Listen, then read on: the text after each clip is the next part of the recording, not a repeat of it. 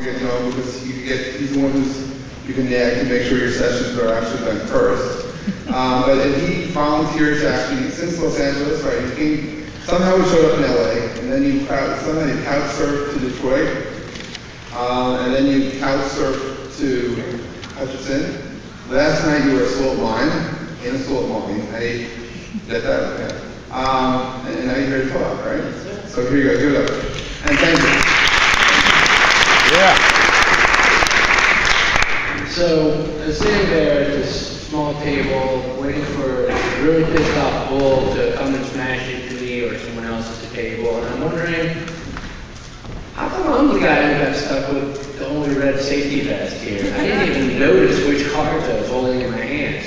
So Fox News recently did a piece on me and my bull poker exploits, which of course I have to talk about because it's a small town adventure. We're talking about small towns, right?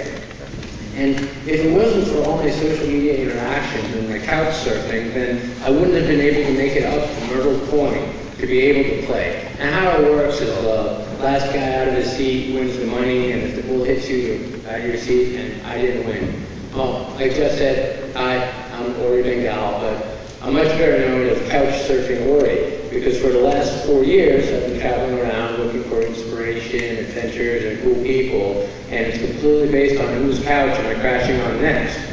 Now, I guess you could say that I really like people and I really like helping. In fact, I spoke at the LA 140 Conf about traveling in real time and creating serendipity, but you can catch that presentation on my website, couchsurfingori.com. Before I spoke, however, I had some coffee with this guy named Jeff Pulver, and within about 2 minutes I was like, holy shit, this guy's brilliant, and his passion for wanting to make a difference was just like oozing out of him, and I just wanted to get involved, and I wanted to help out.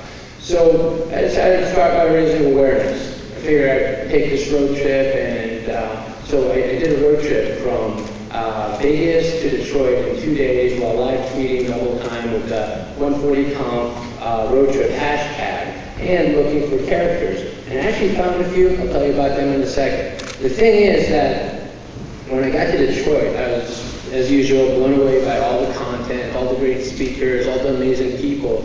I got the ability to network with, to meet, not just the speakers, but the people in the audience. I mean, Jeff really knows how to attract the crowd. In fact, let's give my hands for putting all this together.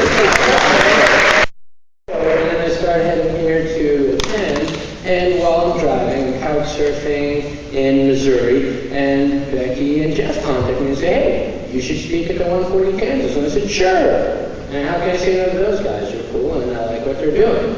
And I thought about, what am I going to talk about? I mean, I got a lot of topics I generally speak about: marketing and branding, photography, adventures, raw foods, blogging, whatever.